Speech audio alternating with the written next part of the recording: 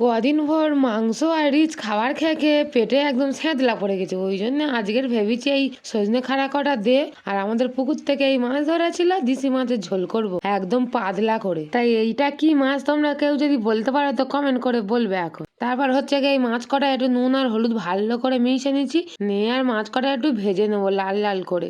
একে রিচ খাওয়া হচ্ছে আর সেইরকম গরমও পড়তে যে দিনের বেলা করে কাঠ ফাটা, আর রাত্রিবেলা করে প্রতিদিন বৃষ্টি আসতেছে। ওই জন্য বলি আজকে বেশি কিচ্ছু আর করবো নি, একটু পাতলা করে আর হালকা মতন মাছের ঝোল করব। তাই বলতে বলতে মাছ কটা ভেজে নিচ্ছি, নে কড়াই একটু পাঁচ ফোড়ন দিচ্ছি। এই রে পেঁয়াজটা না দিলেও হতো, হোক গে কেটেছি যখন দিয়ে দিই। এই পেঁয়াজটা ভেজে নে, আর এই কাঁচা লঙ্কা দিয়ে ঝোলটা করবো, তাও সে কাঁচা লঙ্কা গরমের চোটে পেকে লাল হয়ে গেছে। তারপর হচ্ছে কি ডাঁটা আর আলুটা দিয়ে দেবো, দিয়ে একটু নুন আর হলুদ দিয়ে ভালো করে একটু কইছে না জল ঢেলে দেবো। একদম কিন্তু এক কড়া জল দিতে হবে, তবে পাতলা মতন হবে। আর এই ঝোলে কি মশলা দেবো বলে তো, এই একটু আদা নিচ্ছি, একটু জিরে সর্ষে আর ধনে একসঙ্গে বেটে আর ওই ঝোলে দিয়ে দেবো। নুনে আবার করতেছি ঝোল মরে না চচ্চড়ি হয়ে যায় জাল দিতে দিতে, ওই জন্য তো বেশি করে জলটা দিতে বললো। তা সে ঝাই পারে হোক গে, রান্নাটা হয়ে গেছে আর এই ঝোলটা শুধু হয়েছে দেখো, খেতেও কিন্তু হেভি স্বাদ লেগেছিল। হই দেখো থালার এক ধারে দিচ্ছে আর এক ধারে কিরম করে আসতে